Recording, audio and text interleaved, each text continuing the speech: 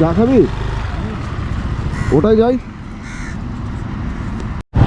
প্রথম পাহাড় দর্শন, সামনে উঁচু জায়গা দেখা যাচ্ছে, যোগ্যতা আসছে কিনা জানি না, কিন্তু আমি খালি থেকে কিন্তু দেখতে পাচ্ছি। আলাদা এক্সাইটমেন্ট ভাই, আলাদা এক্সাইটমেন্ট। ভ্রমণপ্রিয় মানুষ তথা বাঙালির বেড়ানো মানেই সবার আগে দীপুদা, কিন্তু এই বিষয়ে এখন কিছুটা বদল এসেছে। পাহাড়প্রিয় মানুষ হোক কিংবা ভ্রমণপ্রিয় মানুষ, ঘুরতে যেতে মন চাইলেই প্রথমে মনে আসে উত্তরবঙ্গের কথা। পাশাপাশি অফবিটে ঘোরার নেশা তো এখন ট্রেন্ডে, তাই বর্তমান ভ্রমণপ্রিয় মানুষরা উত্তরকন্যার কোলে লুকিয়ে থাকা ছোট ছোট পাহাড়ি গ্রামে সময় কাটাতে কিন্তু বেশি পছন্দ করছে। অফবিটের নেশা এখন ভ্রমণ পিপাসুরা এমন জায়গা খুঁজে নিচ্ছে যার ঠিকানা এর আগে কেউ জানতোই না। 2 রাত 3 দিন কিংবা 3 রাত 4 দিনের জন্য একদম আদর্শ এই ছোটো ছোটো অফবিট ডেস্টিনেশনগুলো বাঙালির মন কেড়েছে আজ। এমন বেশ কিছু জায়গা রয়েছে কালিম্পং ডিস্ট্রিক্টে। এইসব জায়গাতে একবার এলেই মনে হবে এই ছোট্ট জনপদগুলিকে প্রকৃতি যেন ঢেলে সাজিয়েছে তার অপরূপ সৌন্দর্য দিয়ে। তাই স্বপ্নকে পাথেয় করে আমাদের আজকের পর্ব কলকাতা থেকে শিলিগুড়ি।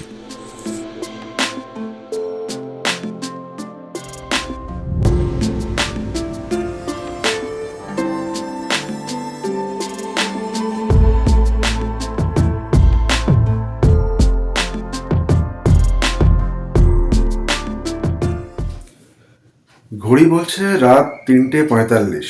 আজ 15 নভেম্বর 2025। 3:45, ভোর 3:45 না বলাই ভালো। শীতের রাত, সকাল হতে যথেষ্ট সময় লাগে।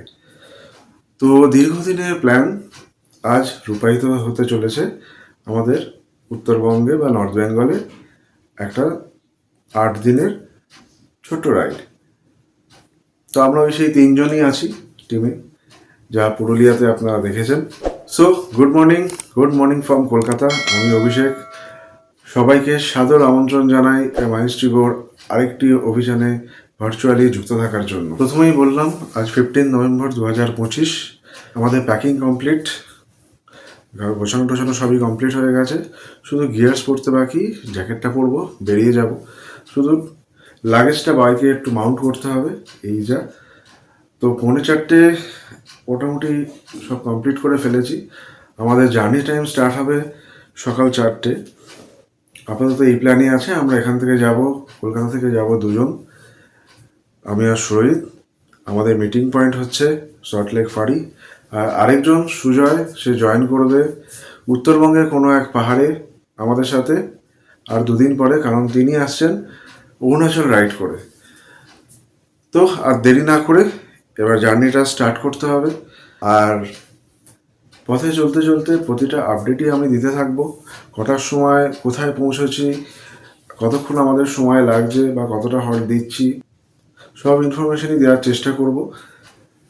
আমাদের প্রাইমারি যে প্ল্যানটা হয়েছে, যেহেতু আমাদের এখান থেকে প্রায় শিলিগুড়ি প্রায় অ্যারাউন্ড 600 কিলোমিটার, তো আমরা 5টা ব্রেক দেবো ঠিক করেছি এভরি 100 কিলোমিটার।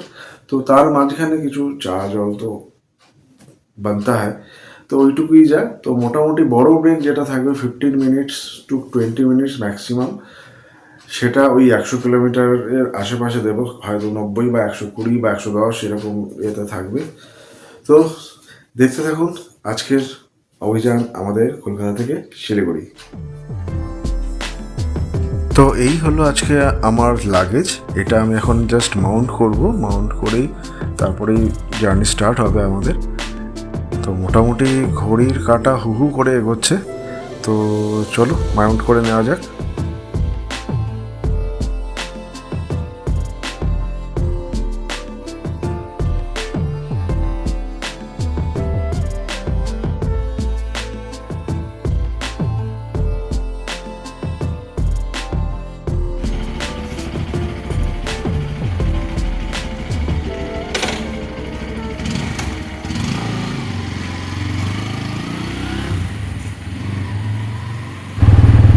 অবশেষে আমাদের জার্নি স্টার্ট হলো।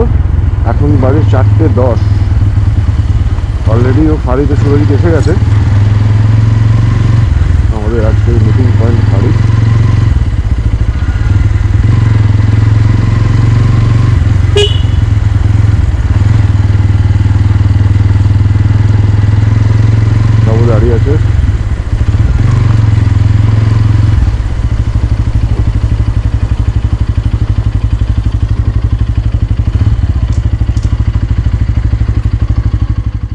তো ফাইনালি আমরা 10 মিনিট লেটেই স্টার্ট করলাম। এখন আমরা উল্টোডাঙ্গা ক্রসিংয়ে এসে পৌঁছেছি। আমাদের আজকের রুট প্ল্যান হচ্ছে এখান থেকে আমরা ভিআইপি রোড ধরবো, ভিআইপি রোড ধরে বেলঘড়ি এক্সপ্রেসওয়ে, বেলঘড়ি এক্সপ্রেসওয়ে থেকে কল্যাণী এক্সপ্রেসওয়ে, কল্যাণী এক্সপ্রেসওয়েকে ছেড়ে দেবো আমরা কাপা মোড় থেকে, কাপা মোড় থেকে আমরা টুয়ার্ডস চলে যাবো বড়জাগুলি হয়ে NH12, দেন কৃষ্ণনগর, বহরমপুর, মালদা, রায়গঞ্জ, কিষানগঞ্জ হয়ে আমরা ডালখোলা হয়ে ঘুরবো হচ্ছে শিলিগুড়ির দিকে, যেটা শিলিগুড়ি পূর্ণিয়া রোড। আমাদের আজকের টার্গেট যদিও শিলিগুড়ি, কিন্তু আমরা যেটা প্ল্যান করেছি যে আমরা বাগডোগরাতেই স্টে করব। তো লেটস সি। দেখতে দেখতে আমরা এয়ারপোর্ট ক্রস করে গেলাম। এবার আমরা উঠতে চলেছি বেলঘড়িয়া এক্সপ্রেসওয়েতে। তো একটু ট্রাফিক প্রেশার রয়েছে, কিন্তু অতটা নয়। ভোরবেলাটা যতটা এক্সপেক্ট করেছিলাম যে আরেকটু ফাঁকা হবে এই শীতের ভোরে, কিন্তু সেরকম ফাঁকা নেই।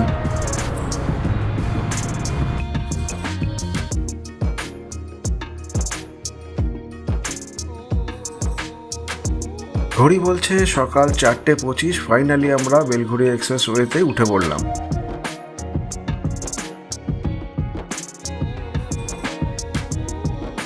যেহেতু বেলঘড়ি এক্সপ্রেসওয়ের সাথে কল্যাণী এক্সপ্রেসওয়ের ডাইরেক্ট কানেকশানটা এখনও কমপ্লিট হয়নি, সেই জন্য রাস্তায় প্রচুর ডাইভারশন রয়েছে। আমরা সেই ডাইভারশন ক্রস করতে প্রায় 10 মিনিট মতন লেগেই গেল। তবু এখন রাস্তা মোটামুটি একটু স্ট্যান্ডার্ড বলা যায়, শুধু লেন চেঞ্জ করতে হয়েছে। তো ফাইনালি আমরা ডাবল লেন পেয়েছি, যেখানে কল্যাণী এক্সপ্রেসওয়ে স্টার্ট হয়েছে অনেক আগেই। তো এই রাস্তা চাকাচাক হয়ে যাবে কিন্তু সোদপুর মোড়াগাছা থেকে। So let's enjoy the Kalyani expressway.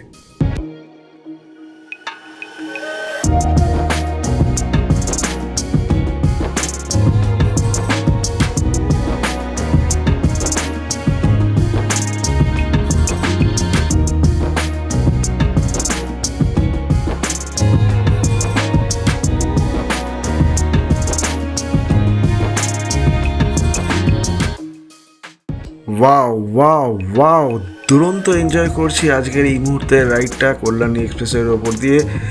দুরন্ত রাস্তা, এখনও পর্যন্ত রাস্তায় কোনো স্পট পাইনি, অলমোস্ট নতুন। আর এখনও কিন্তু ভোরের আলো ফোটেনি, স্ট্রিট লাইটগুলো জ্বলছে, অপূর্ব সুন্দর লাগছে। যদিও এই রাস্তায় স্পিড লিমিট আছে, আমরা কিন্তু স্পিড লিমিটটা মেনটেন করেই চালাচ্ছি। আমাদের ম্যাক্সিমাম স্পিড এই রাস্তায় 80 কিলোমিটার/আওয়ার মেনটেন করার চেষ্টা করছি। So let's enjoy the ride. আজকের জার্নির প্রথম টোলগেট আমরা ক্রস করছি কল্যাণী এক্সপ্রেসওয়েতে। সম্ভবত এটা ইছাপুর টোলগেট হতে পারে, আমার ঠিক আইডিয়া নেই এটা কোন টোলগেট। যদিও আমাদের টোল লাগবে না, তবুও ফার্স্ট টোলগেট আমরা ক্রস করলাম। আমরা এখান থেকে কল্যাণী এক্সপ্রেসওয়ে ছেড়ে দিলাম। এর সামনে আসছে কাপা মোড়, এখান থেকে আমরা ডান দিক ঘুরে যাব। এখান থেকে বড়জাগুলি আর মোটামুটি 10 কিলোমিটার।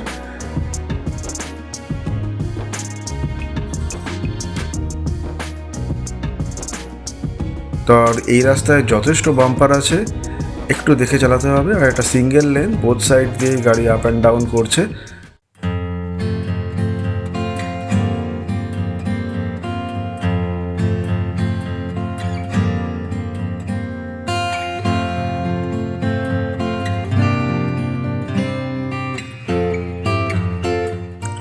ধীরে ধীরে ভোরের আলো ফুটছে, সামনে দিগন্ত বিস্তৃত আকাশে ভোরের রং লেগেছে। এই ট্রানজিশন পিরিয়ড কিন্তু আমরা বোধহয় ঘরে বসে এনজয় করতে পারবো না। আমরা মোটামুটি যখন ঘুম থেকে উঠি, সূর্য ততক্ষণ এই খোলস ত্যাগ করেছে। সে যাই হোক, আজ এই মুহূর্তকে অপূর্ব লাগছে। এই অনুভূতিকে ভাষায় প্রকাশ করা কার সাধ্য। মুহূর্তটিকে অনুভব করতে করতে আমরা প্রায় বড়জাগুলি এসেই গেলাম। ওই যে দেখা যাচ্ছে NH12 ফ্লাইওভার, যেটা বারাসাতের দিক থেকে আসছে। ওখান থেকেই আমরা বাম দিকে টার্ন নিয়ে ধরে নেব NH12।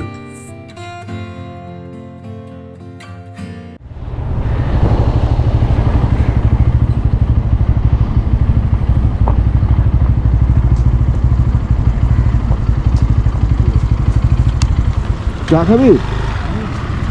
ওটাই যাই। হেভি ঠান্ডা ভাই। বড়জাগুলির মোড়ে টি ব্রেক। बहुत ठंडा भाई। প্রচুর হাওয়া। বড়জাগুলোতে একটা ছোট্ট চা বিরতির পরে আমাদের আবার পথ চলা শুরু হলো। রাইডটাকে অসম্ভব ভালো লাগছে, অসম্ভব ভালো এনজয় করছি। দেখতে দেখতে আমরা পেরিয়ে যাচ্ছি আজকের দিনের দ্বিতীয় টোল প্লাজা। আর ঠান্ডাও কিন্তু বেশ লাগছে, কলকাতার তুলনায় এদিকে ঠান্ডাটা একটু বেশি ফিল করতে পারছি। ভীষণ হাওয়া দিচ্ছে, তারপরে গাড়িও চলছে বেশ যথেষ্ট স্পিডে। এত ঠান্ডা লাগছে যে ভেতর অব্দি আমরা কেঁপে যাচ্ছি। ওই চাতেও কিছু হয়নি। এখনো পর্যন্ত রাস্তার কন্ডিশন নিয়ে কোনো কমপ্লেন নেই। রাস্তা দুর্দান্ত, কোনো সমস্যা হচ্ছে না। রাস্তার কোথাও ভাঙা নেই, প্যাচওয়ার্ক নেই, খুব ভালো রাস্তা এখনো পর্যন্ত আমরা পেয়েছি। সামনে কি হবে এখনো আমরা জানি না, তবু যতটা আমরা এসেছি ওই কল্যাণী এক্সপ্রেসওয়ে কানেকশনটুকু ছাড়া বাকি রাস্তা কিন্তু একদম চাকাচাক মাস্ত।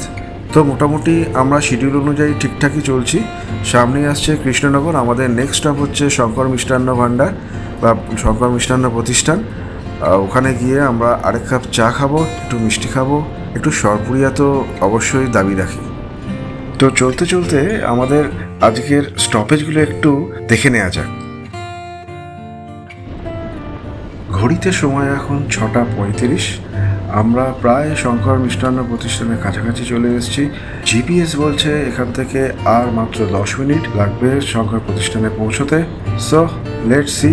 আমাদের ফার্স্ট ব্রেক, আমাদের ফার্স্ট অফিসিয়াল ব্রেক শঙ্কর মিষ্টান্ন প্রতিষ্ঠান। পৌঁছে গেলাম শঙ্কর মিষ্টান্ন প্রতিষ্ঠান। ঘড়িতে সময় এখন ওই 6:50-55।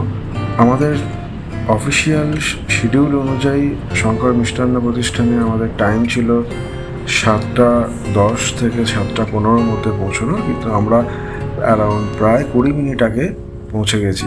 যদিও টাইমটা একটু বেশি করেই ধরা রয়েছে প্রত্যেকটা ক্ষেত্রে।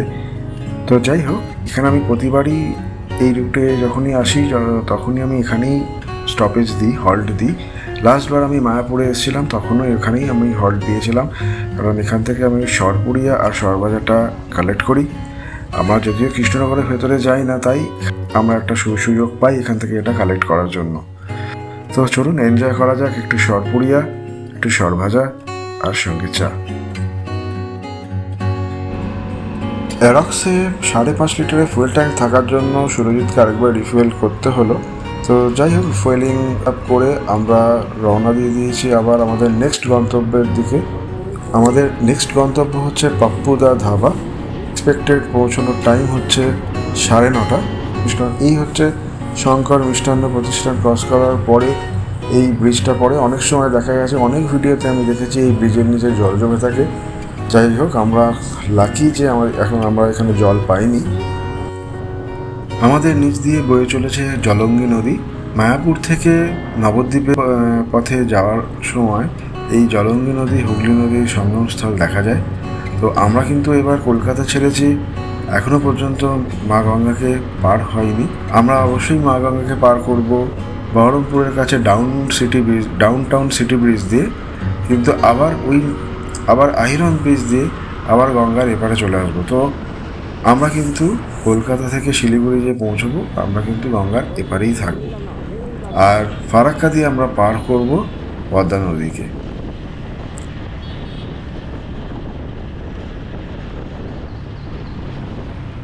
এখানে চারপাশ দেখে মনে হচ্ছে কোনো হাট বসেছে, সেরকমই মনে হচ্ছে। প্রচুর ছাগল টাগল জড়ো করা হয়েছে।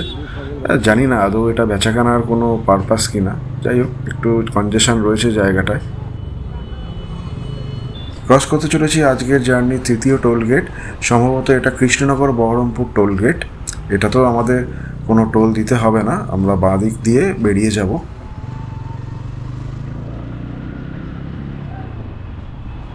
তবে কৃষ্ণনগর অবধি রাস্তা ভালো। কৃষ্ণনগরের পর থেকে কিন্তু রাস্তায় অনেকগুলো ডাইভারশন রয়েছে। এই যেমন এটা সিঙ্গেল লেন, আমাদের এই সিঙ্গেল লেন দিয়ে কিন্তু ট্রাভেল করতে হচ্ছে। এই রাস্তায় কিন্তু টোটো অটো দৌরাত্ম্য মারাত্মক, একটু কেয়ারফুলি কিন্তু চলতে হবে এই সিঙ্গেল লেনগুলোতে। আমরা আবার ডবল লেন পেয়ে গেছি, যদিও ডবল লেন পেলেও খুব একটা স্পিডে না চালানোই ভালো, কারণ যে রাস্তাগুলো সিটির মধ্যে দিয়ে যাচ্ছে, শহরের মধ্যে দিয়ে যাচ্ছে, সেখানে কিন্তু লোকজন, টোটো অটো সাইকেল ভ্যান কোনো কিছুরই কিন্তু বাদ নেই। তো আমরা এখন পৌঁছে গেছি পলাশী, আর কিছুক্ষণ পরেই আসছে পলাশী ওয়ার মেমোরিয়াল। তারপর ওই দূরে দেখা যাচ্ছে পলাশীর ওয়ার মেমোরিয়ালের স্মৃতিসৌধ। আমরা কিছুক্ষণ বাদে এটাকে ক্রস করে চলে যাব। আর এরকম কিছু শীত ছেলে মাঝে মাঝে সামনে চলে আসে। সে যাই হোক, পলাশীর ইতিহাস যতই ভয়ঙ্কর ছিল তার থেকেও বোধহয় ভয়ঙ্কর ছিল তাকে টেক্সট বইতে পাওয়া। উফ, সেই বছরগুলো এখন মনে পড়লে এখনও সেই ফোবিয়াটা কাটেনি, পলাশীর যুদ্ধ। যাই হোক, অবশেষে সব কিছু কাটিয়ে সব এপিসোড শেষ করে আমরা এগিয়ে চলেছি উত্তরবঙ্গের দিকে।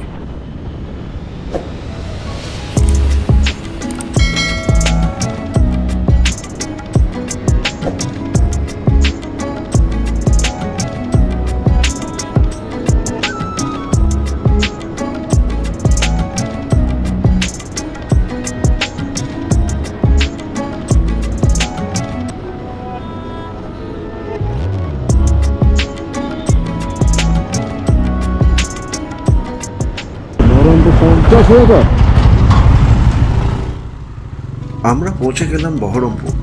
এরপরে আমরা উঠে পড়ব বহরমপুর বাইপাসে।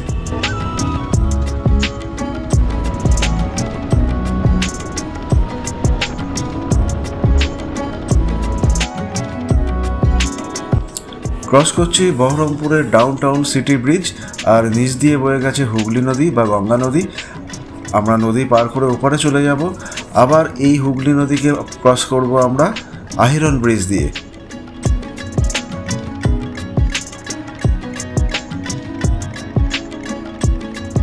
সামনে আসছে Farakka Baharampur toll plaza. Cross করছি আজকের দিনে চতুর্থ toll plaza, Farakka Baharampur toll plaza.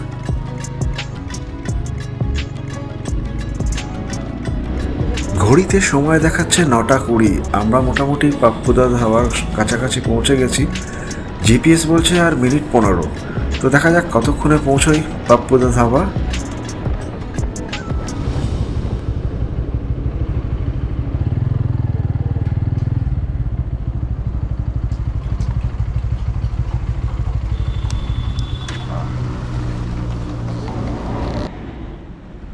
আমরা পৌঁছালাম পাপ্পুদা ধাবায় 9:30 বাজে।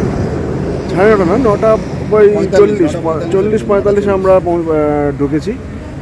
মোটামুটি টাইমটা ঠিকঠাকই চলছে, শুধু ওই পাংচার সারাতে আমাদের 1 ঘন্টার মতন লুজ হয়েছে। সেটা আমরা রাস্তায় কিছুটা হলেও মেকআপ করেছি, না এখনও অন টাইমই বলতে পারি। তো এর পরের স্টপেজ হচ্ছে ফারাক্কা ক্রস করে আমরা পৌঁছবো পরদেশি ধাবাতে লাঞ্চ করার জন্য। পাপ্পু ধাবা থেকে আমরা চিকেন স্যান্ডউইচ আর চা খেয়ে আবার রওনা দিলাম। আবার আমাদের জার্নি শুরু হলো এবারের ডেস্টিনেশন পরদেশি ধাবা। আমরা অলরেডি 220 কিলোমিটার ডিস্টেন্স কিন্তু কভার করে ফেলেছি।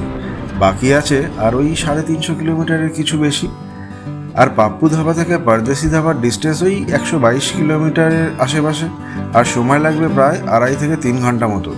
প্ল্যানে একটু বদল করতেই হলো। ব্যাপারটা হলো যে এবার আমাকে ফুয়েল আপ করতে হবে। আমি XP 95 প্রেফার করি, তাই হাইওয়ের ধারে বেশিরভাগ পাম্পে এটা রাখে না। যাই হোক, আগে যদি পাই তো ভালো, নয়তো ফারাক্কার পরে যে পাম্পে পাবো সেখানেই কিন্তু আজকের লাঞ্চ। বেশি কিছু খাবো না, হালকার উপরেই থাকার চেষ্টা করব। দরকার হলে বারবার খাবো, কিন্তু ভরপেট খাওয়া একদম নয়। আমরা ক্রস করতে চলেছি আহিরন ব্রিজ। এই আহিরন ব্রিজের নিচ দিয়ে বয়ে গেছে হুগলি নদী, যেটা ফারাক্কার যে বাঁধটা তার আগে যে ক্যানেলটা থেকে বেরিয়ে গেছে সেটাই হুগলি রিভারের সাথে কানেক্ট হয়ে এটা বয়ে গেছে কলকাতার দিকে। তো আমরা এর আগে ডাউন টাউন ব্রিজ দিয়ে এপারে এসেছিলাম, আবার ওপারে চলে এলাম। পৌঁছে গেলাম আজকের দিনের পঞ্চম toll plaza, Baharampur Farakka toll plaza. মেয়াদটা এখানে শেষ হচ্ছে, আর এখান থেকে স্টার্ট হচ্ছে ফারাক্কা রায়গঞ্জ বাইপাস। আর কিছুক্ষণের মধ্যেই আমরা ক্রস করব ফারাক্কা ব্যারেজ। আর এই যে পাশে যে লরিগুলো বেরোচ্ছে, এখান থেকেই কিন্তু নতুন ব্রিজের রাস্তাটা তৈরি হচ্ছে।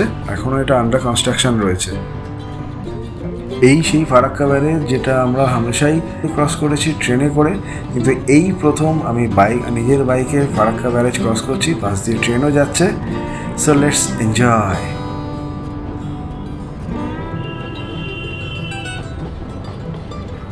আজকের জার্নি সপ্তম toll plaza Farakka Raiganj toll plaza cross করছি।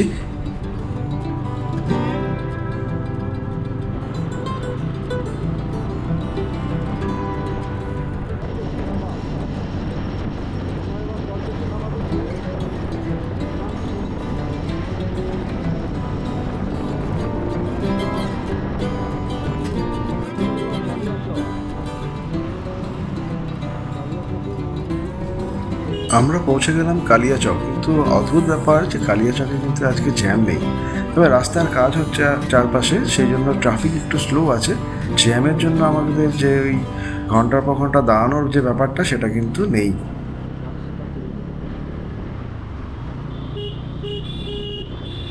ইন্ডিয়ান অয়েলে এখানে তেল নিলাম। কলকাতার পর ছাড়ার পরে ফুল ট্যাঙ্ক করে আমরা বেরিয়েছিলাম, তো এখানে এসে আমি প্রথম রিফুয়েলিং করলাম, পাওয়ারটা পেলাম সৌভাগ্যবশত। তো 927 টাকার তেল আপাতত খেলো। আমরা এখন যেখানে দাঁড়িয়ে আছি এখান থেকে পরদেশি ধাবা মাত্র 28 মিনিট, 22 কিলোমিটার বাকি।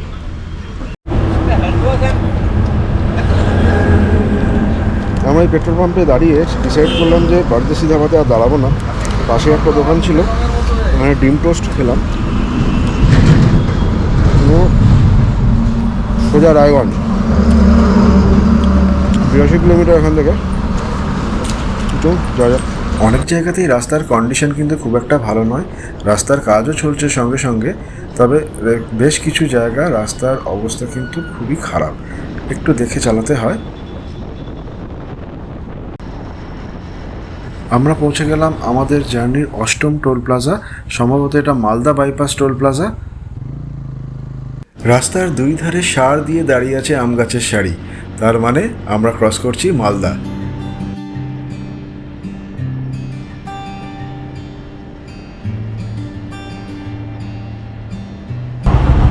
সিগন্যাল।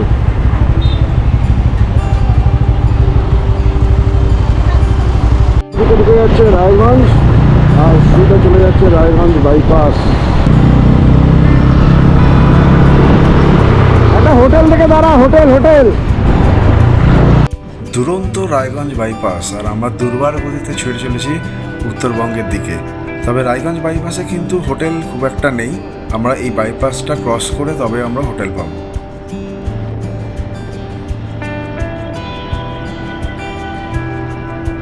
আমরা প্রায় 80 কিলোমিটার টানা ড্রাইভ করে আসার পরে মনে হলো যে একটু রেস্ট নিই, একটু জল খাই, তাই রায়গঞ্জ বাইপাসের ওপরেই আমরা হল্ট করেছিলাম। তো ওখান থেকে আমাদের এখন নেক্সট টার্গেট হচ্ছে পূর্ণিয়া মোড়, যেটা ডালখোলা থেকে আমাদেরকে ডাল দিকে চলে যেতে হবে টুয়ার্ডস শিলিগুড়ি বা বাগডোগরা। আমরা ক্রস করতে চলেছি আজকের দিনের 9ম টোল প্লাজা, সম্ভবত এটা দীপনগর টোল প্লাজা বা বড়াই টোল প্লাজা বলে। এটা ক্রস করলেই আমরা এগিয়ে যাব ডালখোলার দিকে। রায়গঞ্জ থেকে ডালখোলা যাওয়ার রাস্তাটা কিন্তু অসাধারণ, এখানে পথহোল নেই বললেই চলে, যেটুকু ছিল সেটুকুও বুঝিয়ে দিয়েছে। জার্কিং খুব একটা নেই, চোখ বন্ধ করে কিন্তু গাড়ি চালানো যায়। বেরিয়েছিলাম সেই কাক ভোরে, ভোরের সূর্যোদয়ের ওই ট্রানজিশন পিরিয়ডটা দারুণ উপভোগ করেছি। এবার সূর্য পাটে বসেছে, অস্ত যেতে চলেছে। এই সূর্যাস্তের সময়টাও কিন্তু দুরন্ত লাগছে।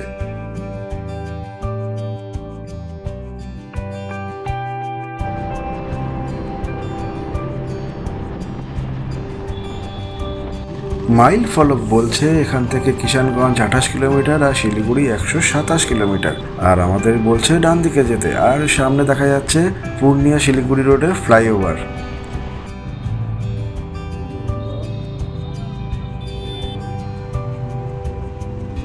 আমরা এখন কিষানগঞ্জের থেকে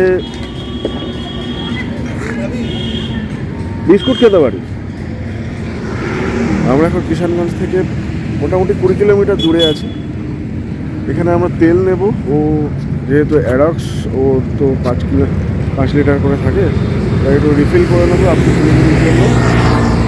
আর এখানে তো চা ব্রেক দিয়েছি, কিছুটা রেস্ট নেব, কারণ কন্টিনিউয়াস চালিয়ে গেছি, খুব একটা ব্রেক দিইনি, মাঝখানে 10 মিনিটে একটু জল ব্রেক দিয়েছিলাম। ঘড়ি বলছে এখন বাজে বিকেল 4:30, আমাদের চা খাওয়া হয়ে গেছে, এখন তেল নিচ্ছে।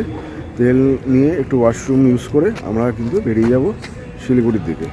নিজেদেরকে রেস্টোর করে আবার আমাদের পথ চলা শুরু হলো। খুব একটা যে ক্লান্ত লাগছে তা কিন্তু নয়, যথেষ্ট উৎসাহ বোধ করছি। আর আমাদের আজকের দিনের 10 নম্বর টোল প্লাজা আমরা ক্রস করছি।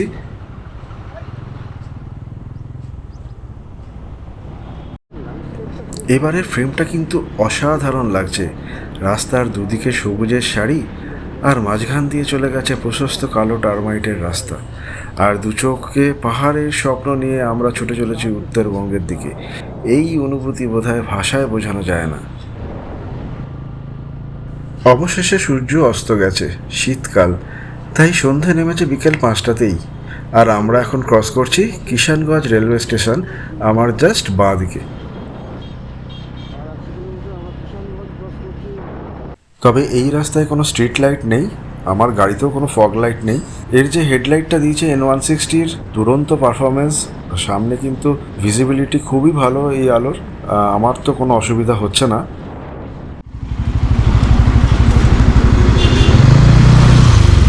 এটা ইসলামপুর বোধ হয় না? এটা ইসলামপুর তো, ডান দিকে চলে যাচ্ছে শিলিগুড়ি, বাঁ দিকে ইসলামপুর। হ্যাঁ ঠিক আছে, চল।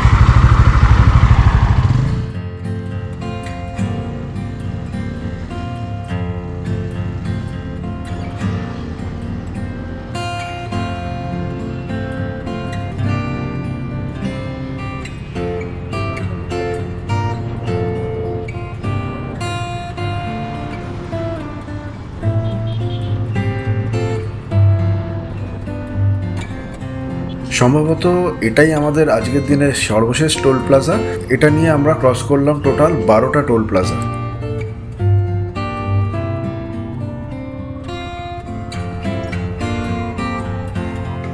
একটা চা ব্রেক। আমরা এখন বাগডোগরা থেকে 45 কিলোমিটার দূরে দাঁড়িয়ে আছি, তাই একটু বিরতি নিয়ে আমরা ধীরে ধীরে যাব। মোটামুটি আমরা একদম অন টাইমে আজকের জার্নিটা কিন্তু কমপ্লিট করতে চলেছি।